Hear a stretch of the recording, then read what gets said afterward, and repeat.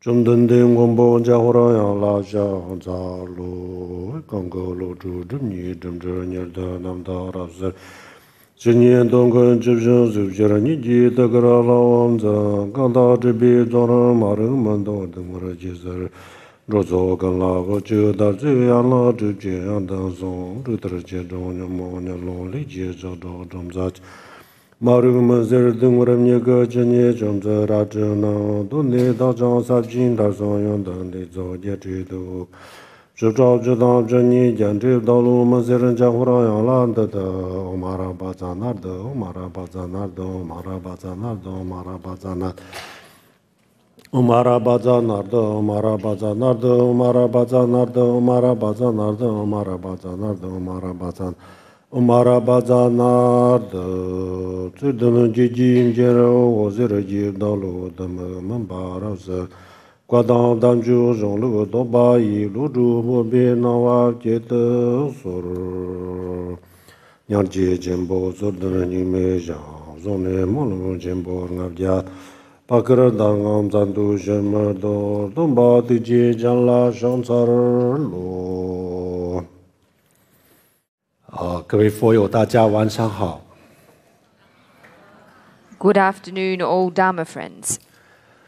我们现在准备讲今天的课。那么今天的课的这个题目是上路吧，走出轮回一个这样子的题目。So we are going to begin with tonight's teaching now. The topic of this evening's teaching is Hit the road, let's leave samsara. 那么这个课的这个内容呢，主要是佛教徒怎么样从这个轮回当中走向解脱，这是一个这样子的内容。So the contents of the teaching tonight is addressing how Buddhists go about leaving a cyclic existence and heading towards liberation. 首先我们学佛有很多不同的这个层次，有稍微比较高级一点的、低级的、中级的这样子很多不同层面的这个学佛的方法。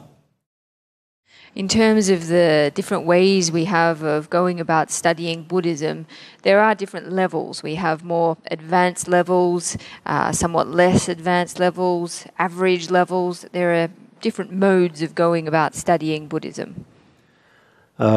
说起学佛修心这样子的时候呢，可能很多人认为都是一样的都是一样的学佛，但实际上不是。实际上这个学佛有很多的不同的目标，也有很多不同的方法，所以呢这个学佛这个里面呢有很多很多不同的方法。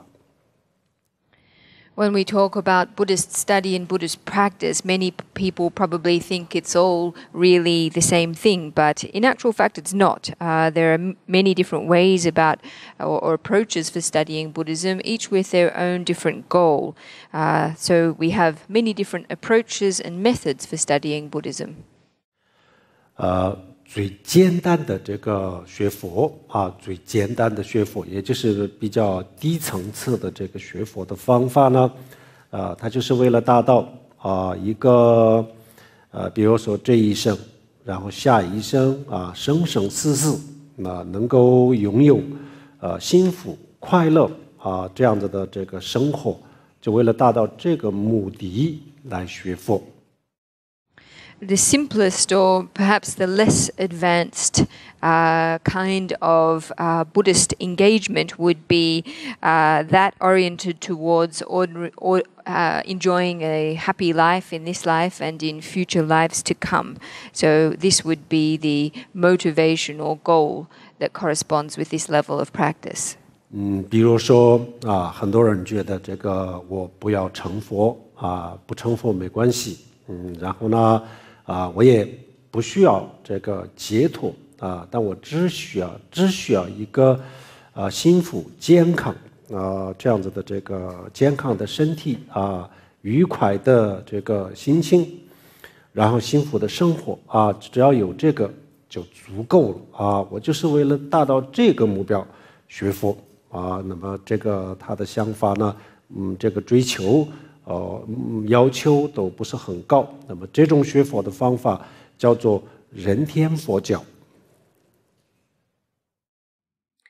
There are some people who go about studying Buddhism or learning Buddhism not with the goal of achieving Buddhahood. They're not interested in achieving Buddhahood. They don't think that they need to. They're not concerned either necessarily with achieving liberation. Their main goals are to have a happy mind and a healthy body and a pleasant life in this lifetime, and this is enough for them. This kind of pursuit or goal is not a particularly high one, but at any rate, this level of Buddhist practice is referred to in the teachings as the Buddhism of humans and celestial beings. 然后这个幸福快乐，这跟我们的这个内在的这个心态有非常非常大的关系。所以学佛了以后呢，自己可以调整自己的心态，很容易的调整。然后呢，就是如果有一些不开心的事情想不通的事情，那这样子以后呢，通过佛教的方法调整的话，也就很顺利的可以调整。所以呢，完全可以达到这个目标比如说学了佛以后呢。心情变得快乐然后呢就在生活上工作上遇到一些问题的时候呢也就没有那么的这个烦恼这个学了佛以后是完全可以做到的。Since being happy and enjoying a joyful life has a great deal to do with our inner state of mind, this is something that Buddhism is able to achieve. People can readily achieve this through relying on Buddhist methods. Buddhism gives this way for adjusting our inner minds. By using Buddhist methods, it's quite easy for us to turn unhappy events into or to deal with them or cope with them. So this is something we can easily achieve by relying on Buddhist methods. 现在这个社会上，如果真正想成佛的想解脱的这样子的人，可能不一定很多。所以就是我们佛教徒当中有可能多数的人还是最终的这个追求可能也许是这样子的人天佛教。Because in today's society there probably aren't that many Buddhists who are oriented to achieving Buddhahood, it is quite likely that the majority of Buddhists today are oriented towards the goals that correspond with the Buddhism of humans and celestial beings. 人天佛教可能可以满足很多这个学佛的人的需求。这个因为我们这个离我们的生活是比较接近。This level of Buddhism is easily able to satisfy the needs and requirements of many Buddhists because it is relatively close to the way that we lead our lives, our everyday lifestyles. 另外一个这个学佛的方法呢，就是它不是为了这个幸福的生活，也就是它不是为了这个生活。他认为可以用其他的方法，比如说我们去工作赚钱这样子的话，大部分的问题都可以解决了。那么我学佛就不应该这么一点点的这个目标，这样子的话觉得不太划算所以呢有一部分的人的这个学佛的目的呢不是为了这个生活。But there are some Buddhists for whom this kind of goal is not sufficient. That is, for them, studying Buddhism is not primarily about enjoying a happy life. Their everyday requirements they regard as being able to be addressed through going to work and earning some money. They don't think that enjoying a happy life or should be the primary focus of their Buddhist practice. 然后他们的这个目标是什么呢？就是为了解脱从这个轮回当中解脱，也就是说这个把自己的所有的烦恼全部消灭。然后就是脱离生老病死的这个痛苦，就是为了达到这样子的目标学佛。For this small number or minority of Buddhists, their goal is liberation, that is, being free from samsara or cyclic existence, eliminating all of their mental afflictions, that is, and leaving the sufferings of birth, sickness, aging, and dying. 那这个就是我们今天要讲的内容，就是这个内容。And today, what I would like to talk about is this level of practice. 首先我们大家要想一想，就是作为一个人我们这一生应该追求什么可以追求什么。First of all, everyone should give some thought to, as humans in this life, what should we pursue, and indeed, what are we able to pursue? 然后就是作为一个人的话这个除了我们的就是这个除了养家糊口除了这个生活以外还有没有什么东西可以追求 Aside from nurturing our families and taking care of everyday life, what other kinds of goals or aims can we pursue? 我们很多人比如说从东方移民到西方，然后又从西方又移民到这个东方就是这样子但是呢最终人的有一些基本的这个问题呢我们在这个地球的任何一个角落上都存在的就像生老病死 Regardless of whether we migrate from Asia to the West or from the West to Asia, there are some ultimate issues that everyone everywhere faces the same. These precisely are the sufferings of cyclic existence, namely birth, aging, sickness, and death. 除了这个生活，就是除了吃喝玩乐以外。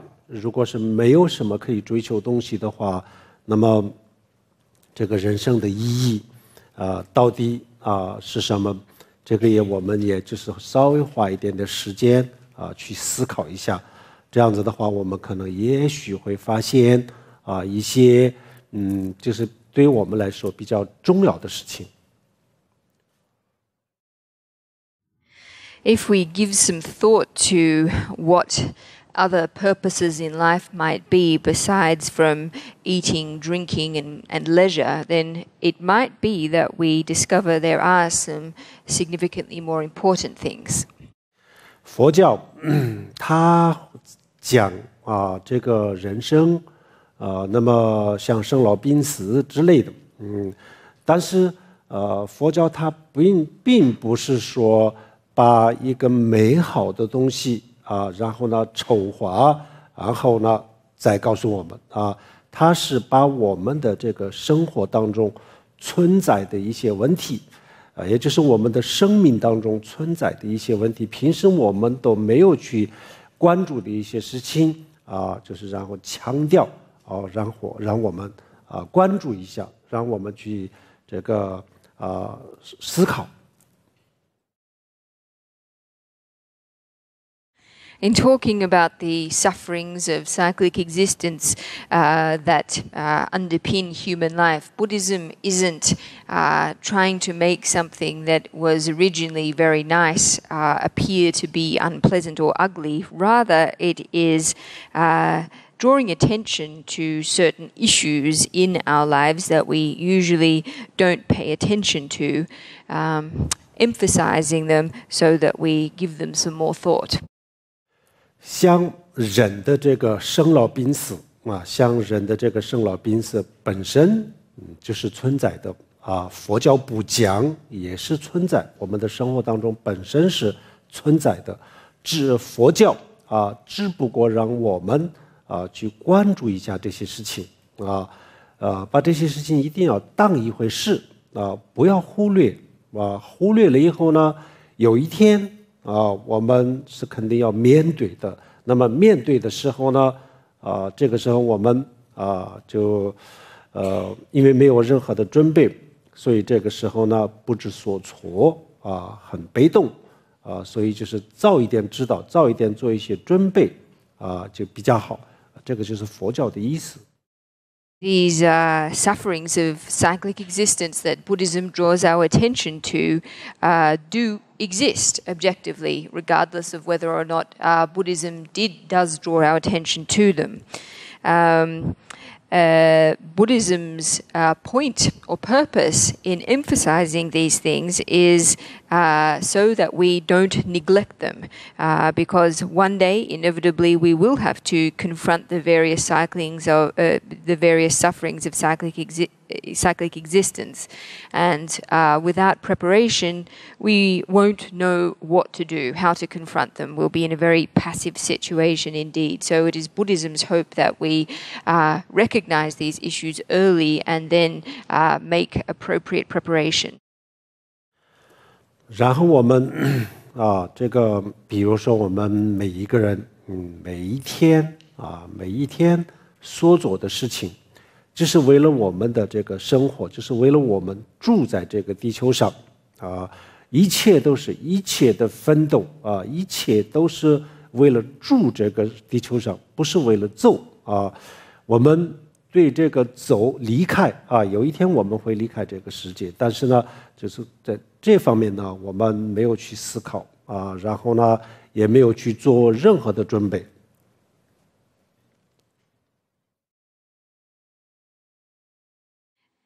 Every single person, every day of their lives, everything that they do is dedicated to their present work or their present lives on this earth. All of their struggles, all of the energy they expend is oriented to living or surviving in this world, and no effort is directed to leaving or exiting this world, which will one day happen. However, not having thought about it or made any preparations, we will one day be in a situation of facing it without having made any preparations. 我们的一切奋斗都是为了待在这个世界上但是呢有一天我们就不能再待就是每一个人都有这么一天那么这个时候怎么办会不会很被动会不会很悲惨那么为了这个需不需要做一点点准备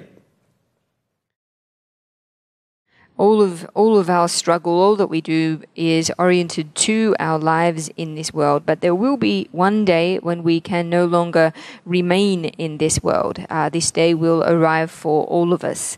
What should we do at this time? Will this be a tragic situation? Do we indeed need to do some preparation for this day? 然后我们平时都看这个眼前的一些问题，也就我们只考虑就是这么10几年这样子的事情。但是10几年过去了以后呢，我们的生命呢确实是还没有结束它还存在那么还存在的话，那么这个时候我们会面临什么？这个需不需要现在去思考一下？需不需要现在去做一点准备这个都是学了佛以后要思考的一些比较重要的事情。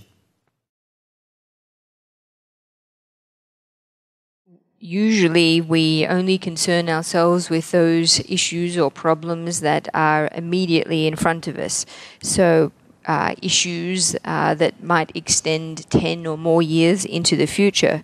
However, after this time has passed, our lives will still remain. And what will we confront at this point? Is this something that we need to think about and prepare about? So these kinds of questions are very important questions that in becoming Buddhists we need to give some serious contemplation to. 还有一个就是更重要的呢除了这个金钱权力地位民生这些以外还有没有一个什么所以是更高的东西我们去追求 And another thing even more important to contemplate is whether there is something that we should strive to pursue that is even higher than things like wealth, power, position, reputation, and so forth. 好，这个是我们今天要讲的这个课的这些是我们今天讲的课的主要的内容。So these questions form the core of tonight's teaching. 好，接下来我们就是讲今天的这个课的主要的内容。主要的内容就是我们要从这个轮回当中走出去。那么走出去的话我们现在就应该上路就是现在就做准备现在就上路，现在就做一切准备这样子的课这样子的内容。那么我们现在做什么样的准备从哪里入手今天我们就讲这个内容。So this is the focus of tonight's teaching, going about leaving or exiting the sufferings of cyclic existence. So if we are going to do this, if we are going to hit the road, so to speak, then what preparations do we need to make? Where do we start with this process? 那么今天比如说我们大家都知道我们是这个在这个处于这个轮回当中我们就在这个轮回当中六道轮回当中那我们为什么在六道轮回当中呢是什么东西让我们流转在这个轮回当中呢是什么力量是什么力量让我们在这个轮回当中然后是什么力量不让我们脱离这个轮回这个是什么原因呢这个我们大家都不知道 So all of us presently are in the midst of cyclic existence or samsara. Why is this? What has kept us here? What is the force that has kept us wandering within samsara? What is the force that prevents us from exiting cyclic existence? This is something that nobody really understands. 那么那我们不知道的话我们看看佛教里面怎么讲 So if we don't really understand, let us consider how Buddhism explains it. 然后我们不知道我们没有投生在这个地球之前是什么样的情况我们都不了解然后呢我们离开了这个世界以后去哪里到底是一个什么样的情况我们这些我们都不了解 So we don't know how it was before we were born in this world, and we don't know what it's going to be like after we cease to be in this world either. 那么今天我们讲的这个课呢主要是针对这个佛教徒 So tonight's teaching is mainly oriented to Buddhists. 以一个真正的这个学佛的人佛教徒的这个课程这样子的方式来给大家讲 And the way that the teaching is going to be given is that of a real Buddhist teaching on the topic. 因为我们这个针对不同的人，讲这个不同的内容但是今天呢，我们就是针对这个佛教徒讲一个佛教一个纯的一个佛教的内容。Because we teach or present the teachings in different ways to different audiences, tonight this teaching is primarily oriented to Buddhists, believers of Buddhism or Buddhist practitioners, and therefore the way it is going to be presented is as a pure Buddhist teaching. 那么我们今天在座的当中呢，可能也许有不是佛教徒，还没有进入佛门的。有这样子的，但是呢，没关系的大家也可以参考佛教在讲什么，接受不接受都没关系的，自己可以思考，然后觉得可以就可以接受了。如果是现暂时不太理解的话，那也没关系，可以慢慢的去思考。It is possible that tonight in the audience there are people who are not Buddhists or who have not yet entered the gate of the Buddha Dharma. That doesn't matter.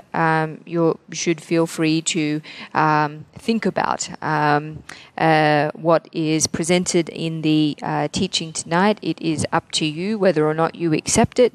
If you don't, that's fine. If for the time being it's not something that you are able to accept, then you should feel free to slowly give it your thought.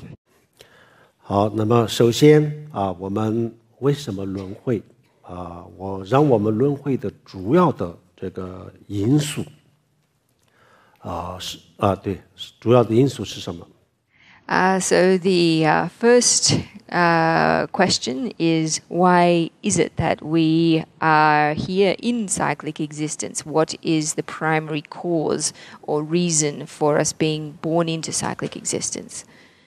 首先给大家问一个问题大家知不知道这个抓老鼠的这个战术班有一个抓老鼠的。So the first question I'd like to ask everyone is whether or not you know about a mouse trap that is made up of a sticky board that the mouse get trapped on.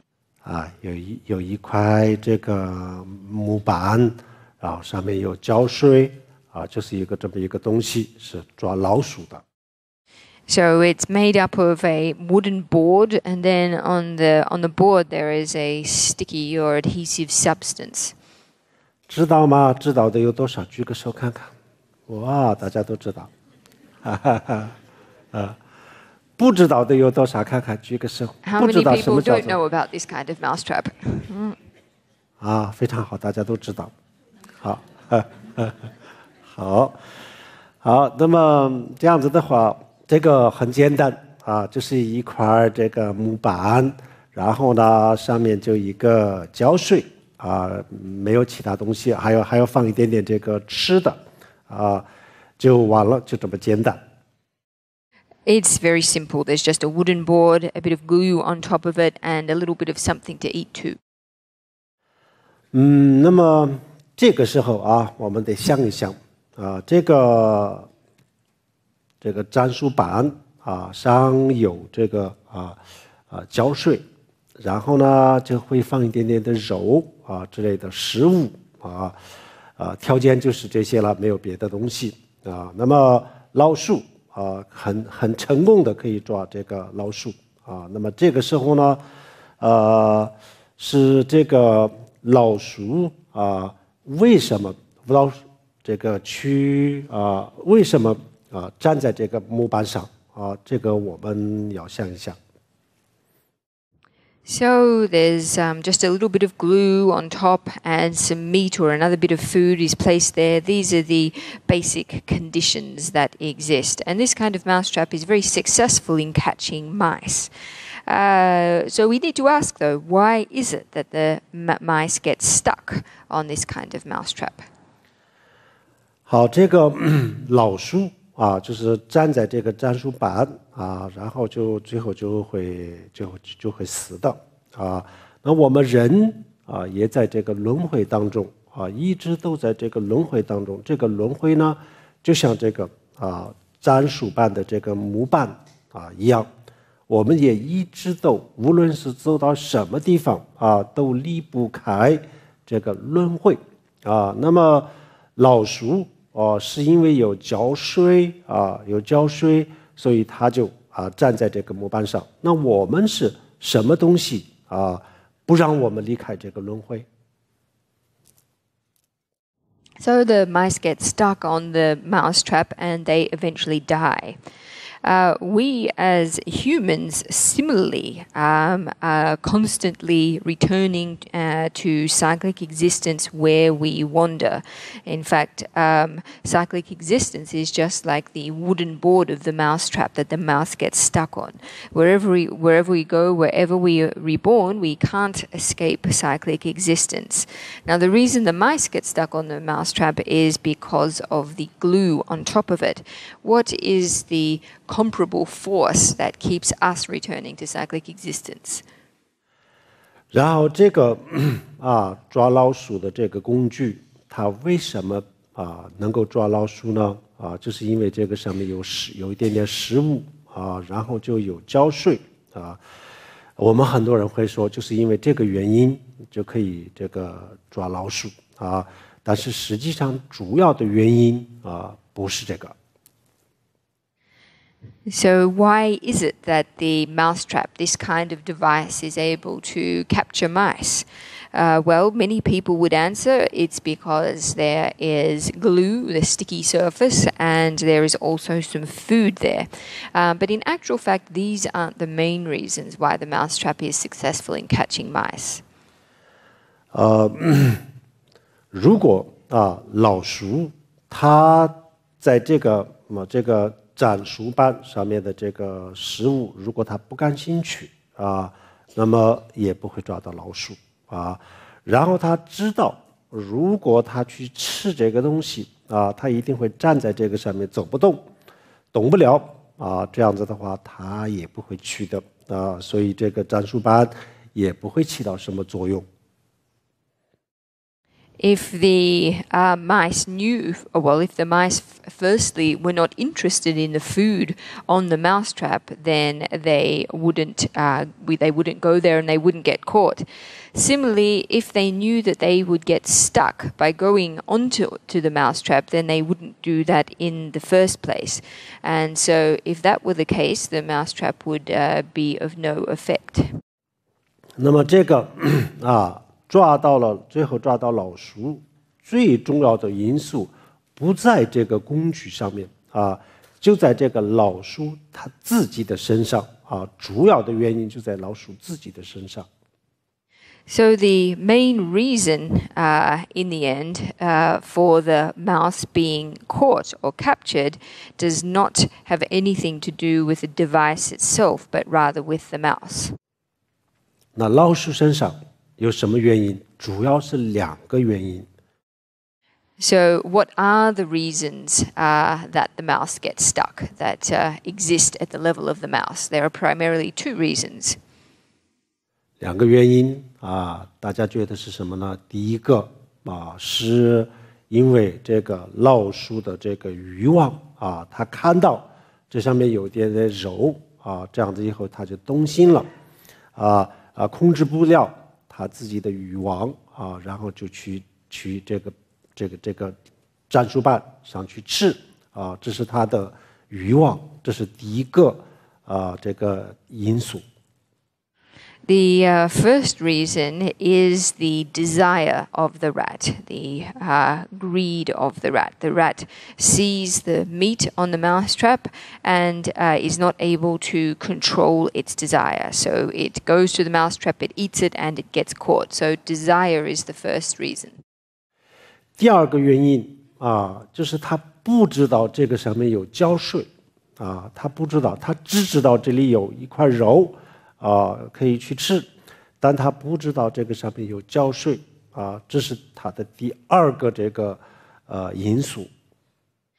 And then the second reason is that the mouse doesn't know that the surface of the mousetrap is sticky, that it is sticky with glue. It only thinks that there is some meat on the mousetrap. It doesn't realize that there is any glue there. So this is the second reason.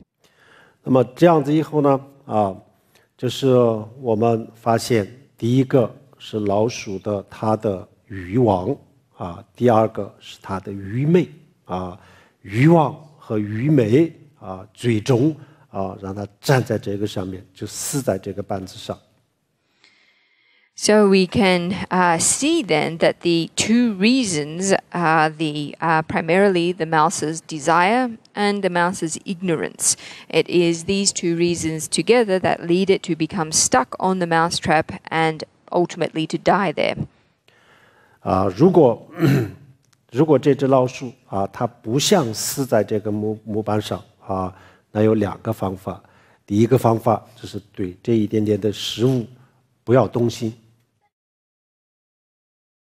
If the mouse didn't want to die on the mousetrap, then there are two approaches, or there would need to be two approaches. The first is that the mouse firstly would have to not be attracted to the meat on the mousetrap. 那第二个这个原因呢，如果它实在是这个想吃这一点食物，他一定要吃那得他要聪明一点，千万不要踩在这个木板上他想个别的办法去吃这样子也许可以成功。If the mouse, however, really did still want to eat the meat on the mousetrap, then the second approach would therefore have to entail the mouse being extremely clever, finding another way to get at and eat the meat on the mousetrap without actually standing on it. So it might be possible if the mouse were to do this that he could be successful. 但是他这两个他都没有做到，两个都没有做到。第一个他对这个事物动心这个就是他的欲望没有控制好第二个他很愚昧不聪明这个上面有什么东西他没有去想这样子以后呢，就是因为他自己的这个欲望和他的愚昧最后就让他死在这个木板上。However, in this case, the mouse failed to do either of these things or attend to either of these aspects. Firstly, he was not able to control his desire. And secondly, due to his stupidity, he did not give any thought to what the surface of the mousetrap was like. So due to these two things, desire and ignorance, the mouse gets stuck on the trap and dies.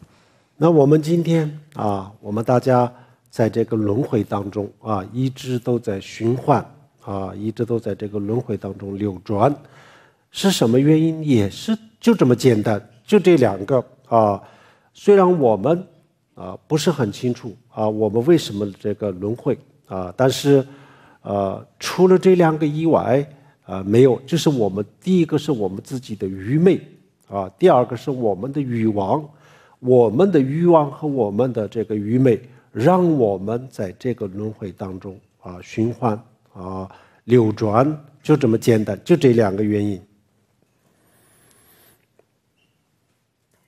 And in fact, the reason that we today are still cycling in samsara is exactly the same as the mouse. It's exactly these two reasons. So even though we may not be clear about them, in actual fact, there is no other cause for our continued existence in samsara. These same two factors are at play. Firstly, our ignorance, and secondly, our desire. It is these two forces that keep us cycling or spinning in samsara. 然后佛教就讲缘起讲缘起。那缘起是什么呢？缘起就是有因就有果有因缘就会有果，有结果。那么除了这个因缘和结果以外，我们一个人的这个轮回我们一个人的解脱跟其他的东西，比如说跟鬼、跟神都没有任何的关系。In Buddhism, we talk about codependent origination, and primarily this is talking about cause and effect. If we have a cause, then there will be an effect. And this is relevant not just to cyclic existence, but also to our liberation. Our liberation is not something that is reliant, say, on ghosts and spirits. 如果我们想从这个轮回当中解脱，刚才我们前面讲过，有几个选择，有2个选择。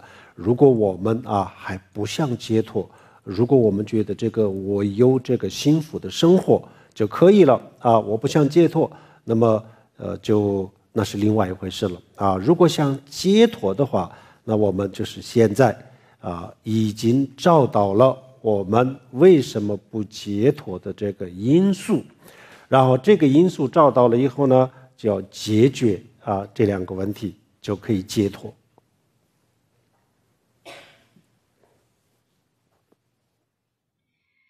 If we do wish to exit cyclic existence and achieve liberation, then well, first of all, we are presented with 2 choices, as we mentioned before.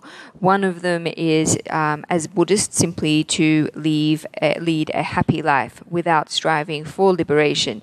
If this is enough, then that's one thing, or another thing. However, if our goal is liberation, then the first thing we need to do is discover the reasons why we remain in cyclic existence. And once we have done that, as we have just now, then we need to attend to resolving these 2 issues. And once we've done that, we will be able to approach liberation. 好，那这样子我们现在就是要解决我们自己的，第一个是我们的欲望第2个是我们的愚昧就这2个。如果这2个解决了那我们就可以解脱。So these 2 issues that we need to address are our desire, as mentioned before, and our ignorance. If these 2 problems are able to be solved, then we will be able to achieve liberation. 比如说这个粘鼠板对老鼠来说如果他自己不犯错误的话不会对他有任何的威胁你不要去碰它就可以了，他不会来抓你的。So it's the same as the sticky mouse trap for the mouse. So long as the mouse doesn't make any mistake himself, the mousetrap is of no danger to him. Simply not going near it would be enough. It wouldn't come and catch him. 6道轮回轮回像比如说像地狱、像恶鬼这些如果我们自己没有这个愚昧和欲望这样子的话，那么6道轮回不会给我们带来任何的威胁所以首先我们要解决这2个问题，这2个问题解决了以后呢，可以说6道轮回跟我们没有什么关系。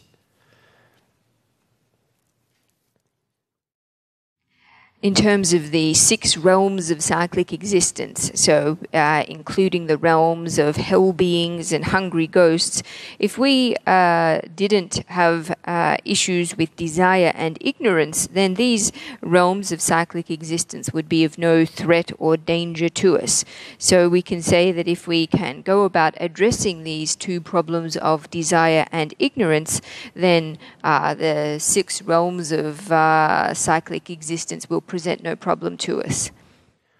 好，我们这一上简单的说了什么呢？说了这个我们为什么轮回为什么轮回的这个因素非常的简单，就这么2个这是我们的欲望和我们的愚昧，就这么简单这个就是我们找到了这个轮回的这个因素。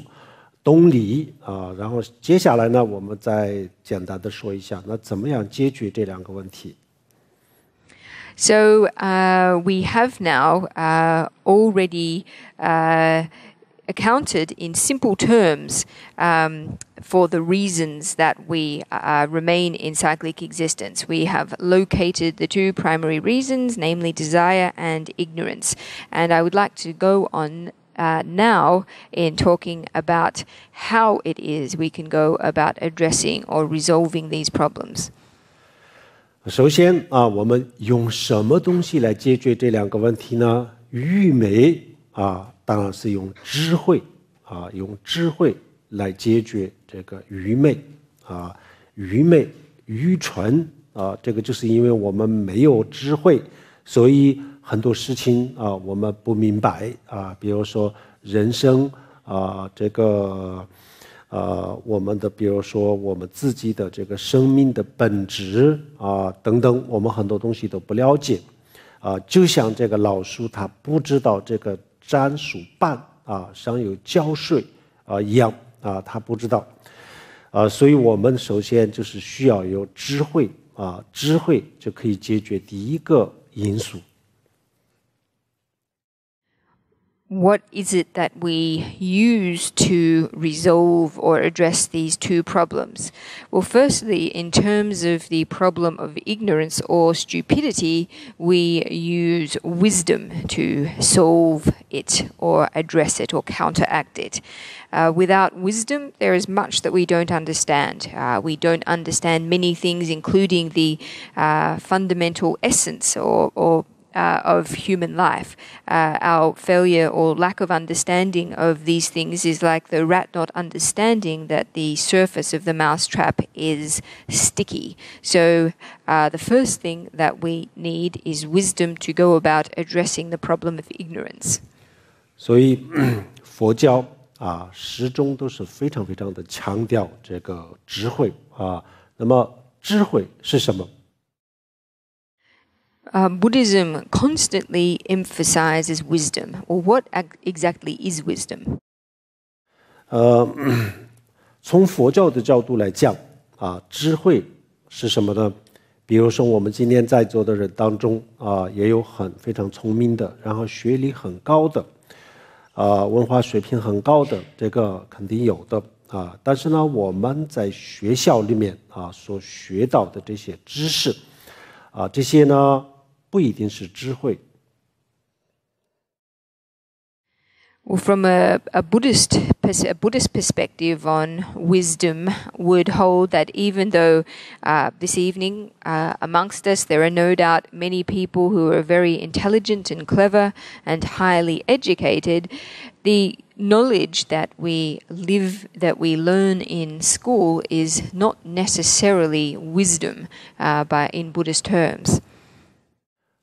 智慧是什么呢只要相信我们的比如说视觉听觉嗅觉也就是说相信我们的五个感官相信五个感官给我们提供的这些信息，比如说我们的对这个世界的这个认知80%都是来自于我们的视觉其他的呢就是来自于我们的这个听觉嗅觉触觉，就是这些不管怎么样就是通过这个感官去了解去认知这个世界就在这个基础上这个建立的所有的这些知识所有的知识都叫做聪明还不叫智慧。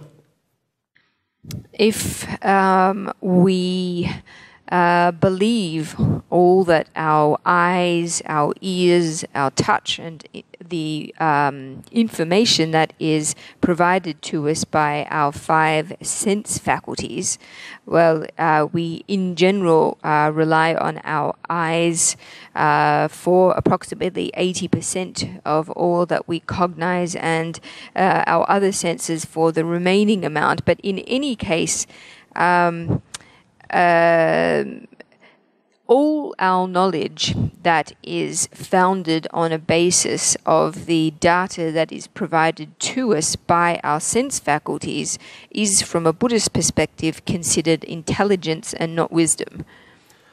然后平时我们的感官不能给我们提供的信息我们的感官没有办法知道的，它没有办法接触到的这样子的深层次的东西，比如说我们的人生还有就是宇宙的这个最深的最深层次的东西就是了解这个人世这样子的这个仪式，我们的仪式叫做智慧，它是超越了我们的这个感官的这个层面。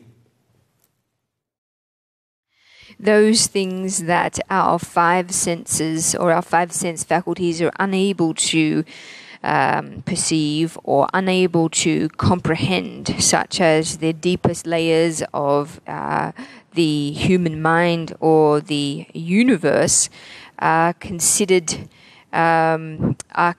to be wisdom. So these are objects of wisdom. 好，这样子以后呢，我们这个超越轮回是要两方面。刚才我们讲过我们要断除我们的欲望和这个愚昧。那么断除这个欲望、愚昧，就需要智慧这个我们准备明天的这个课里面讲智慧的这一部分。These wisdom indeed is something that transcends the five sense faculties. So as we looked at, it is necessary for us to eliminate our desire and eliminate ignorance. And insofar as ignorance is concerned, wisdom is what we need. But we will leave it until tomorrow evening's class to talk in more detail about wisdom. 好，我们接下来给大家简单的说一下我们怎么样超越我们的这个欲望，或者是怎么样断除这个欲望。So what I would like to go on with talking about tonight is how we go about transcending or indeed eliminating our desire. 就是一提到这个控制欲望这样子的时候呢，可能我们很多人就是有一些想法这个是不是大乘佛教它不允许我们去享受这个生活其实不是这样子。In hearing the words control desire, many of you might give rise to many thoughts, such as, does the Mahayana tradition not allow us to go about enjoying lives? But no, this isn't the case. 那么我们怎么样去理解呢？大乘佛教它告诉我们，比如说我们现有的一切，比如说地位、名声还有就是比如说财产等等，这些都是一个是我们这一生当中就是通过自己的努力所得到的，另外一个就是我们通过我们上一世的这个福报所得到的，所以我们有权利享受这一切。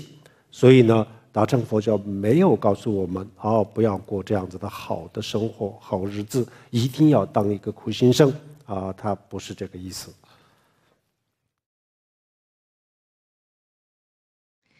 How should we then understand the Mahayana attitude to this question?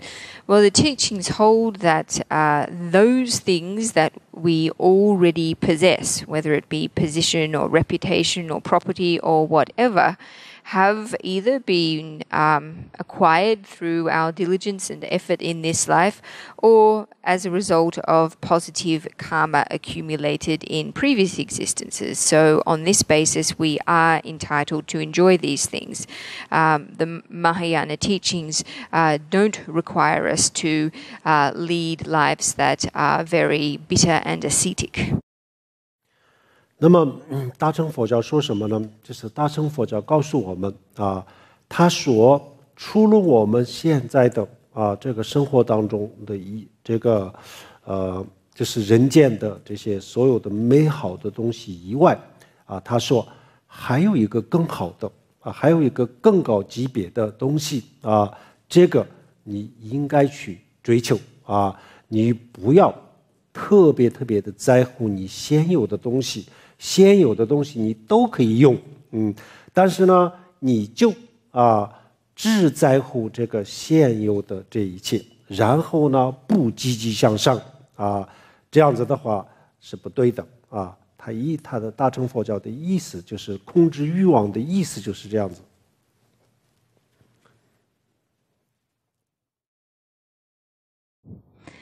What the Mahayana teachings do tell us, though, is that aside from pleasurable things in human existence, there is a higher level of pursuit, and the teachings encourage us to pursue it, to pursue this goal.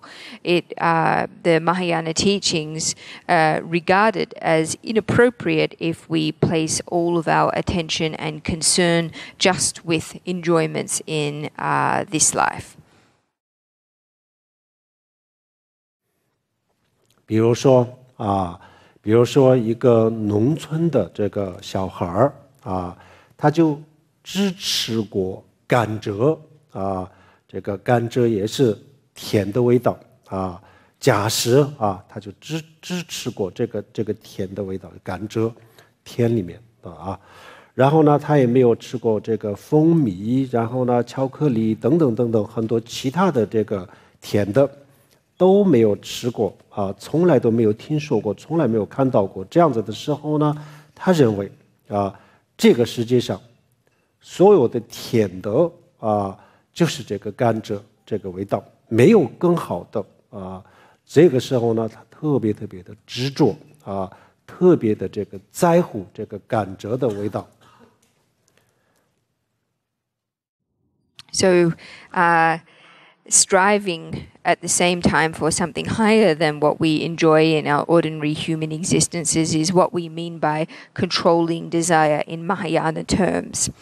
We can think of an analogy of a child in a farming child, a child who is only ever eaten the sugar cane. The only source of sweetness has been the sugar cane. They've never had a chance to try anything else like honey or chocolate. They've never even heard about these things, let alone seen them. So in their mind, there is nothing other that is sweet other than sugar cane, and there is nothing better to this. And for these reasons, the child in question is extremely attached to the taste of the sugar cane. 如果这个时候他特别的在乎特别的执着这个甘蔗的甜味儿，死的不放这样子的话呢，他不放下这个的话，那他就是没有办法去追求其他的像蜂蜜巧克力等等这些他都没有办法去追求因为他一直都把这个甘蔗死的不放，特别在乎，特别的留恋。这样子以后呢，他就没有办法去追求更好的东西。So if the child is really attached to the sugarcane and is unwilling to let it go, then it won't be able to go after or pursue anything that is better or more sweet, such as honey or sugar. Their attachment and love for the sugarcane prevents them from pursuing anything else. 那么这个时候有人告诉他，你甘蔗可以吃，可以吃。这个你不需要扔掉，你可以吃，但是呢，有其他的更好吃的比如说蜂蜜巧克力有这样子的东西，你可以去追求，你有这个机会你就去追求一下这样子告诉他以后呢，他就知道还有更甜的、更好吃的这样子以后呢。他没有停留在这个甘蔗这个味道上，然后呢，他进一步的去这个追求另外的东西就是我们这个大乘佛教让我们放下这个欲望，也是这样子的意思。But if someone were to tell the child that they still can eat sugarcane, but at the same time there are other things that they should try, that they have an opportunity, a chance to try other things, then the child is able to find out that there are other things that are more sweet and more delicious. They won't then stop at the level of just eating sugarcane, but will be able to move on to pursuing other things. And so this analogy illustrates what it is when we speak about controlling desire from a Mahayana perspective. 就是说比如说我们的车子、房子然后就是银行的存款等等等等现有的东西你什么都不需要放下，这你都可以用，但是你能不能就是不停留在这些上面能不能再往高一点这个追求一下可不可以再往上积极向上就是这个意思。So the meaning of this is the meaning or the purpose of this is to encourage people to not stay at the level of concerning themselves just with their own cars and houses and savings in the bank and these kinds of things, but to go a little bit higher, to strive a level higher. 因为现在我们的这个生活当中的这些东西，就是我们刚才讲的，比如说民生地位金钱这些东西，把我们的心给绑架了，我们的心就被绑架了就是因为这些东西我们放不下这些东西一直都停留在这些上面然后呢没有办法去追求更高的。没有办法追求更高，这样子以后呢，确实我们的这些东西呢，就成为我们的一个这个自我成长的一个阻碍。所以大乘佛教就是觉得这些东西呢可以有也可以用但是呢，不要这些东西呢就成为你的阻碍你还要往上走。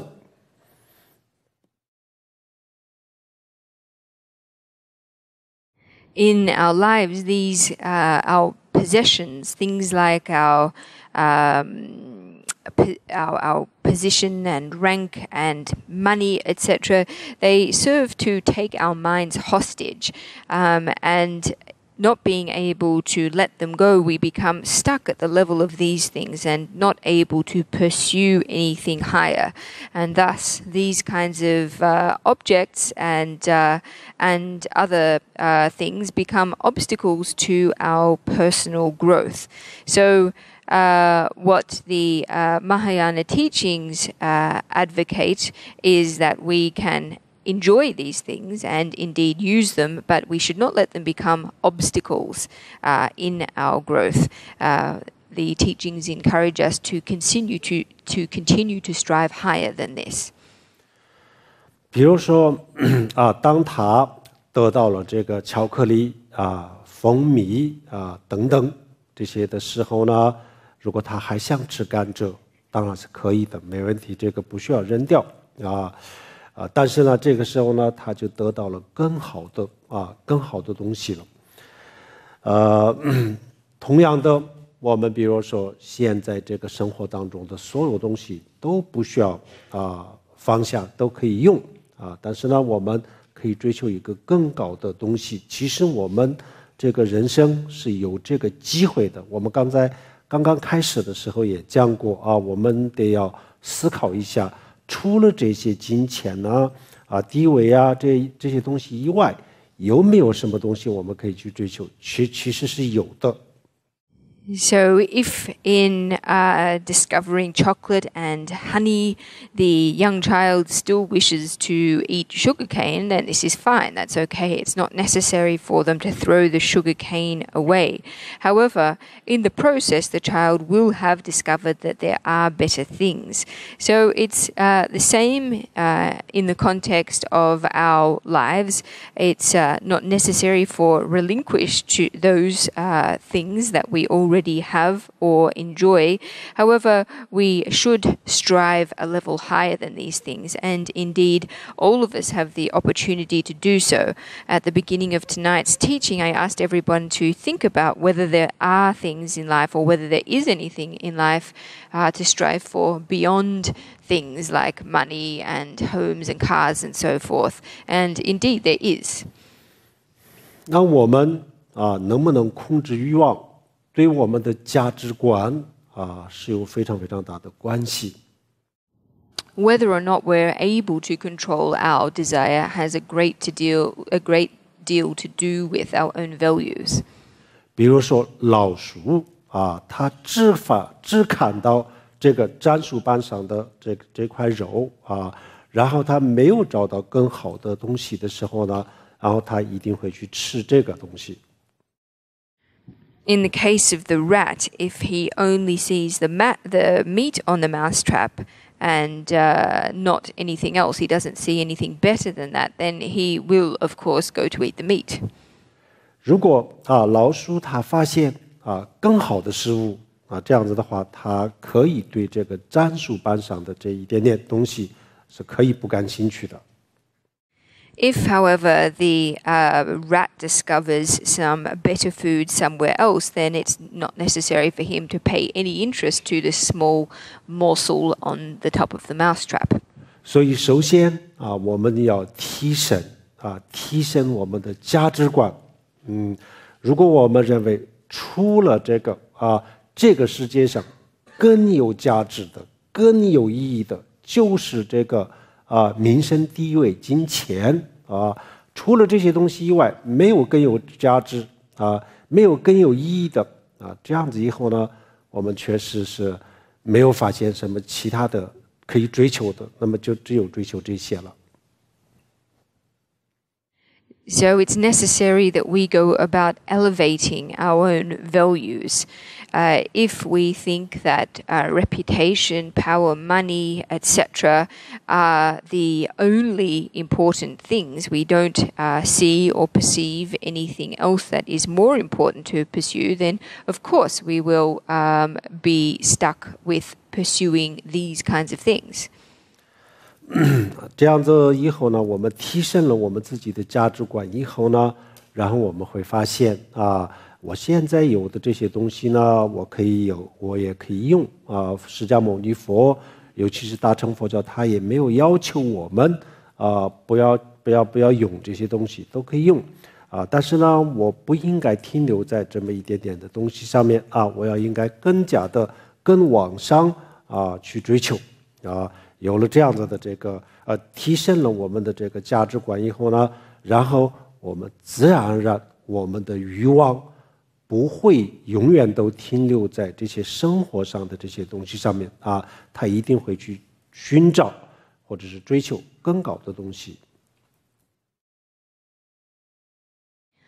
If we are able to elevate or refine our values or goals, then we won't be necessarily stuck at the level of pursuing these kinds of things in our everyday lives. So as we've seen, the Mahayana teachings and the teachings of the Buddha allow us to enjoy, allow us to have what we already have, but again encourage us not to stop or cease at this level of pursuit. The teachings encourage us to strive higher. And if we are able to elevate and refine our values, then our desire won't get stuck at the level of these kinds of worldly pursuits. We will find ourselves naturally striving for higher things. 有3个事情我们都不了解他们的这个本质也就是他们的我们了解的都是他们的表面的现象他们的真实的东西深处我们都不了解。There are three things that we don't understand. We don't understand their basic nature. There are three things that we only understand the surface or superficial appearances of. We lack true knowledge of their deeper levels or truth. 一个是物质世界物质世界我们以为我们很了解但是呢我们了解的都是它的表面的东西，它的真正的这个物质世界的结构，或者是物质世界的真实的这个物质世界，我们都不了解。The first of these is the material world. We think we understand, but in fact we only understand the most superficial or surface level. As to the real nature of the material world, its real structure or its reality, this is something that we don't understand. 我们以为这朵花是红色的或者是紫色的我们以为这朵花是有颜色的我们一直都这么认为可能大部分的人可能到死为止都是这么认为但是实际上这朵花它不是紫色，不是红色它什么颜色都没有但是这个我们不了解。然后呢，再往深层次了解的时候呢，实际上这朵花它本身是不存在但是我们从来没有这么去想过。Insofar as this flower is concerned, we think it is red or purple in color, and most people would think this until the moment of their deaths. But in actual fact, this flower is not the color red or purple. In fact, it has no color at all. And in fact, if we were to look at it at a deeper level, the flower itself does not exist. But most people do not understand this at all. 这是第一个我们不太了解的，就是这个物质世界。So the first thing that we lack an understanding of is the material world. 第二个我们不了解的就是我们自己的身体我们了解的就是外表，它的内在的最深处，我们根本不了解。The second thing that we don't understand is our physical bodies. We understand their external nature, but as to their deeper nature, we don't understand this either. 第三更重要的是我们根本就不了解我们的精神世界这个精神世界。And even more than this, we lack an understanding of our the world of our mind. This is the third thing that we lack an understanding of. 精神世界它是一个非常神奇的这个世界，比物质世界还这个神奇的多，几十倍、几百倍这样子的一个神奇、一个奇妙的这个世界。但是非常遗憾的是，我们根本不知道它到底是什么，我们知道的是它的表面的现象。So the world of our mind is in fact many times more mysterious than our physical bodies. In fact, our minds are maybe 10 times or 100 times more mysterious. This is a very regretful thing that we don't understand the deeper layers of our mind. We only understand their surface phenomenon.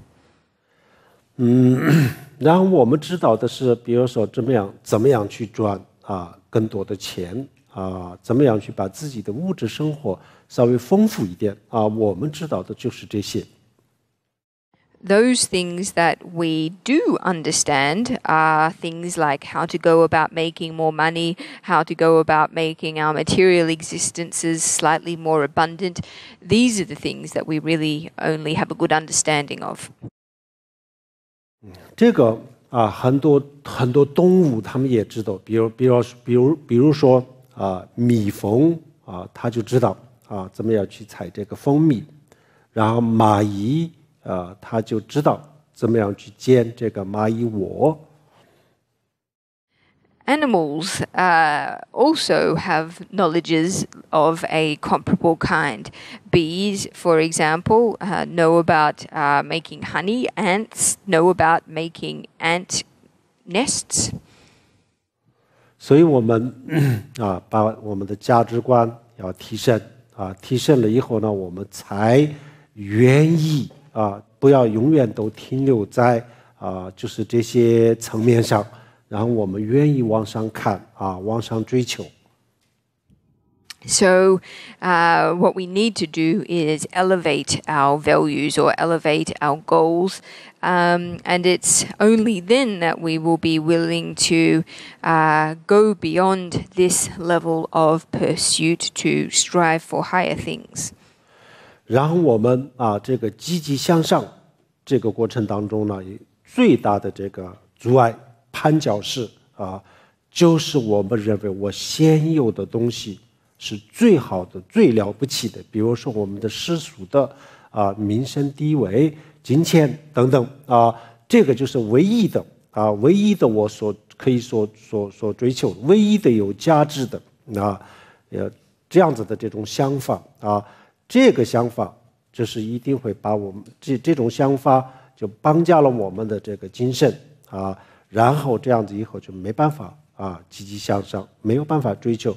所以呢，大乘佛教要求我们这种想法稍微要放松一点稍微要松散一点，这样子以后呢，才有机会往上去追求。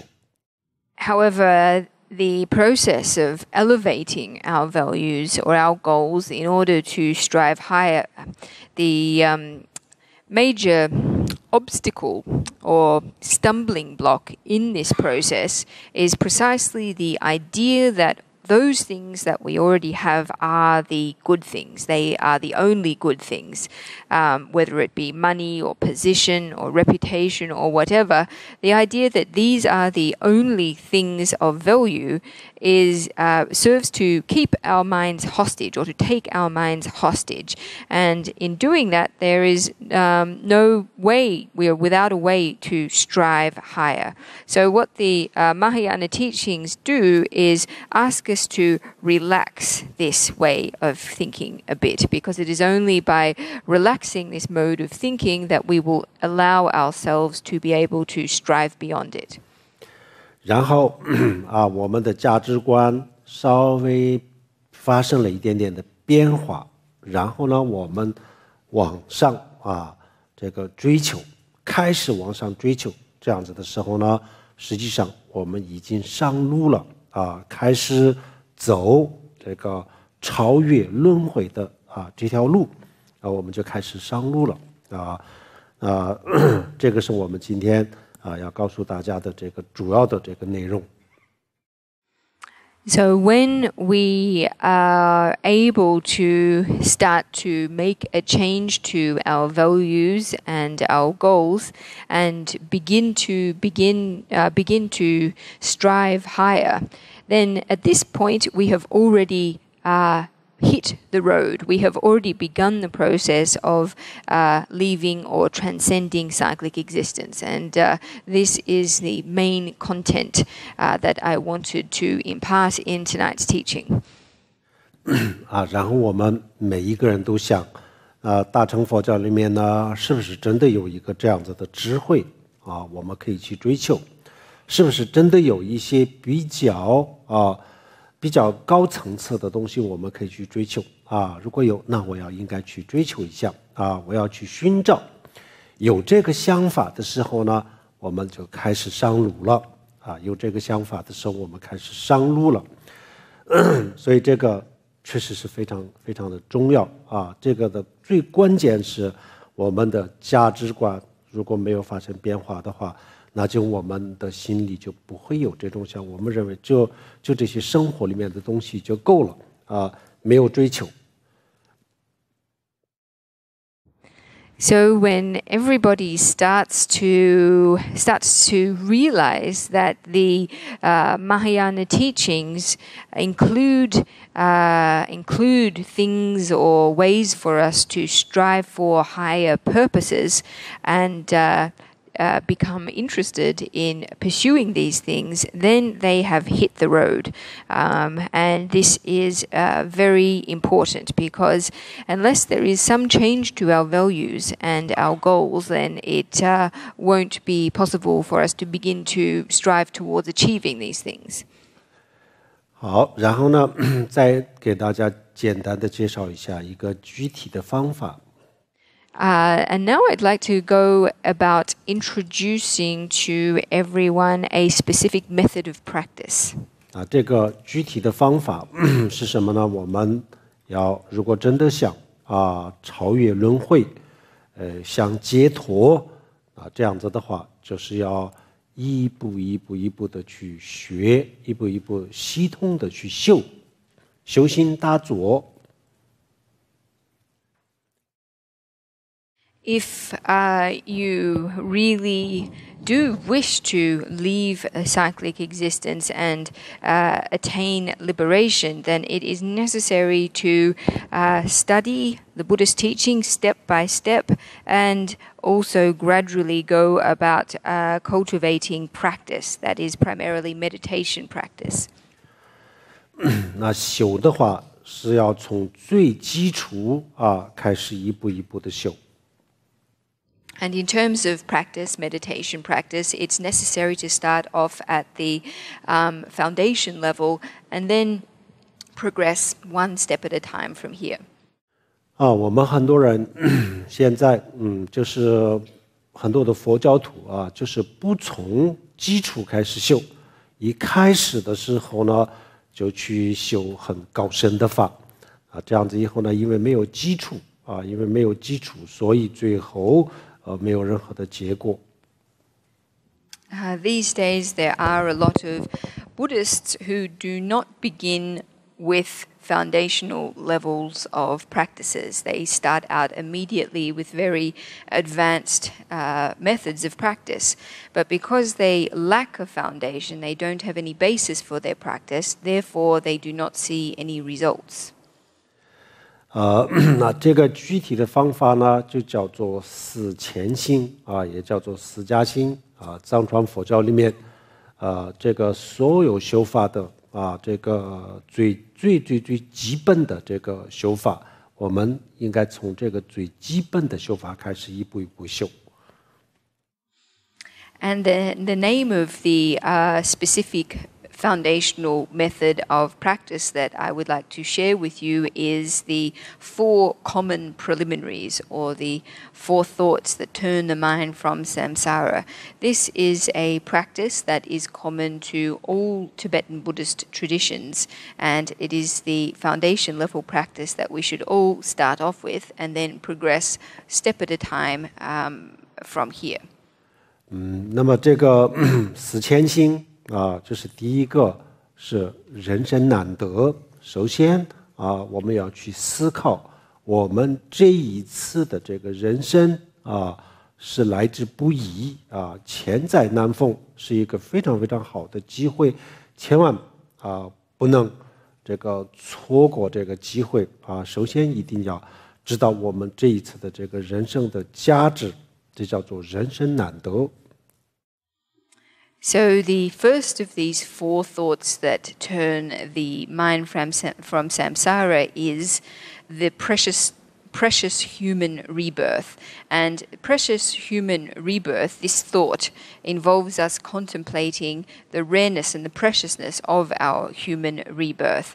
It involves us reflecting or appreciating that we can't afford to miss the opportunity that it presents. So this thought or contemplating this thought involves us coming to appreciate the value of our human lives.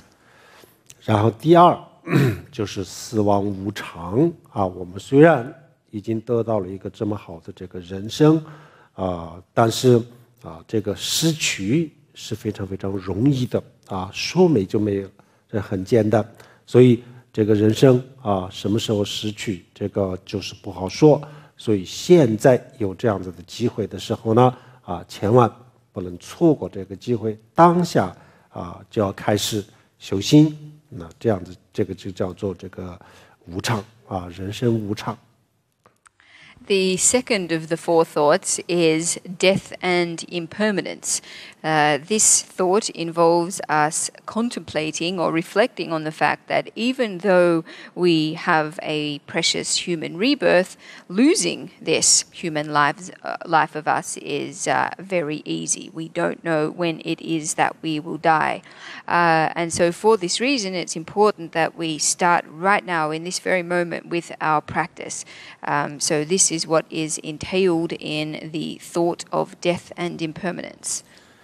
然后第三就是轮回的痛苦就是说我们这个轮回，我们的生活当中因为我们是人住在人间所以我们的生活当中也有幸福，也有快乐但是呢，也有很多很多的这个痛苦生老病死等等很多痛苦如果是动物或者是其他岛的话，那就更加的会残忍所以呢，如果我下意识投身到这些当中，那就怎么办这个轮回当中的这么多的痛苦，如果我不解脱的话那就以后就是大家都不知道是什么样的情况所以我这一生有这个机会的时候要努力这个叫做这个轮回的痛苦。